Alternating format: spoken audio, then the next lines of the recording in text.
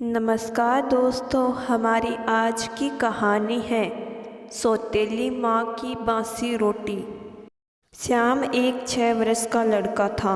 उसकी माँ बहुत कम उम्र में ही उसे छोड़कर चली गई, जिसके कारण उसके पापा ने दूसरी शादी करनी पड़ी। सौतेली माँ के घर आ जाने से श्याम के पिता का ध्यान श्याम के ऊपर से हट गया और श्याम अकेला पड़ गया।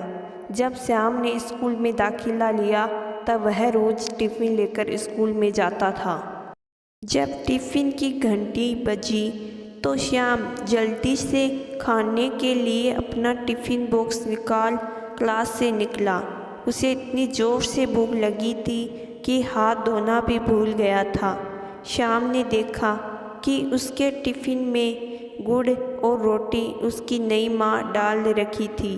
तभी उधर से एक टीचर गुजरा। उसके पास रुकते हुए बोला, श्याम, तुम आज फिर से बासी रोटी लेकर आए हो। तुम्हारे घर में ताज़ी रोटी नहीं बनती क्या?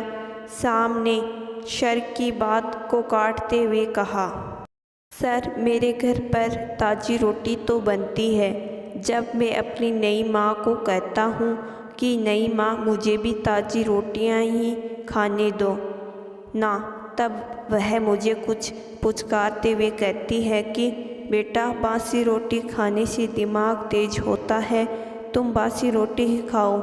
जब वह मेरे छोटे भाई को ताज़ी रोटी खाने को देती है तो मेरा भी मन होता है कि मैं भी ताज़ी रोटी खाऊं। तब नई माँ मुझे यह कहती है कि श्याम बेटा, तुम छोटा भाई अभी ना समझ है, इसलिए उसे ताज़ी रोटियां खाने दो। पर तुम तो अभी स्कूल जाते हो, बड़े हो गए हो, इसलिए सर, मैं बासी रोटी खाता हूँ। टीचर जब यह पूछता है कि तुम्हारी नई माँ कब आई तो श्याम कहता है कि सर जी, जब मेरी माँ भगवान जी के पास चली गई थी तब मेरी नई माँ आई थी। तब तक घंटी लग जाती है और सभी बच्चे क्लास में चले जाते हैं। स्कूल में दूसरे बच्चे उसे बासी रोटी कहकर चिढ़ाने लगे थे। आज जब सुबह स्कूल में आया तो टिफ़िन में वही फिर बासी रोटी और गुड़ खा रहा था। सर फिर आए और बोले कि कल तुम्हारी पेरेंट्स मीटिंग है, तुम्हारी बासी रोटी के बारे में उनसे बात करूँगा। श्याम बोला, पापा कोई प्राइवेट काम से बाहर गए हुए हैं।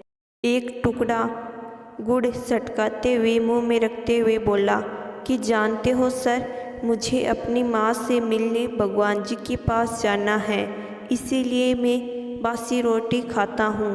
टीचर तो ऐसे परेशान हो गया, उत्सुकता पूर्वक पूछा कि यह तुम क्या कहते हो? रोटी चबाते हुए कहता है, हाँ सर, बासी रोटी खाने से लोग भगवान जी के पास जल्दी चले जाते हैं। आपको अपनी माँ से मिलने का मन है तो भगवान जी के पास जाना है तो आप भी बासी रोटी खाइएगा। वैसे तो मुझे बासी रोटी पसंद नहीं है, पर मेरी नई माँ कहती है बासी रोटी खाते रहो, बस एक दिन तुम अपनी माँ के पास पहुँच जाओगे। मुझे अपनी माँ के पास जाना है सर जी। मैं अपनी नई माँ की बात मानकर बासी रोटी खा लेता हूँ। इतना सुनकर अध्यापक की आंखों में पानी आ गया। आंसू पोंछते हुए अध्यापक ने कहा, कल मैं तुम्हारे घर पर फ़ोन करूँगा। श्याम ने पूछा, आप क्यों रो रहे हैं? सर, कहीं आपको भी अपनी माँ की याद तो नहीं आ रही है? आप भी बासी रोटी खाना शुरू कर दीजिए, अपनी माँ के पास पहुँच जाएंगे। तब तक घंटी बज चुकी थी। सभी बच्चे क्लास में जा रहे थे। आज श्याम स्कूल नहीं गया क्योंकि उसके पिता घर पर नहीं थे, वह कहीं बाहर गए। उसकी माँ रसोई में बर्तन साफ कर रही थी। जब उसने श्याम से पूछा कि तुम आज स्कूल क्यों नहीं जा रहे हो तो उसने कहा कि स्कूल में सभी बच्चे मुझे बासी रोटी कहकर चिढ़ाते हैं। उसकी नई माँ कुछ कहती उससे पहले वह बोल गया कि माँ, मैं कई दिनों से बासी रोटी खा रहा हूँ। भगवान जी मुझे अपने पास कब बुलाएंगे?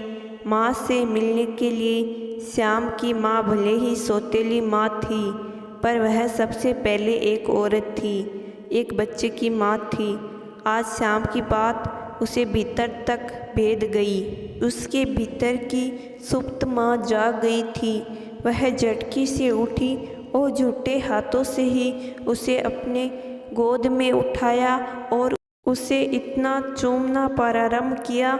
आज तक उसके भीतर बैठी सौतेली माँ उसे चूमने से रोक रखा था, उसे आज पूरा कर रही हो। आज उनके अंदर की सौतेली माँ मर चुकी थी। दोनों की आंखों में आंसू बहने लगे थे। एक की आंखों में माँ मिल जाने की खुशी के आंसू थे तथा दूसरी और आंखों में पश्चाताप के। इन आंसू ने नई माँ की सारी कालिख धो दी थी। श्याम नई माँ के आंसू से बहते हुए आंखों को पोंछते हुए। तो दोस्तों, मैं आशा करती हूँ कि आज की कहानी आपको ज़रूर पसंद आई होगी। कहानी पसंद आई है तो कहानी को लाइक, शेयर और चैनल को ज़रूर सब्सक्राइब करिएगा। धन्यवाद।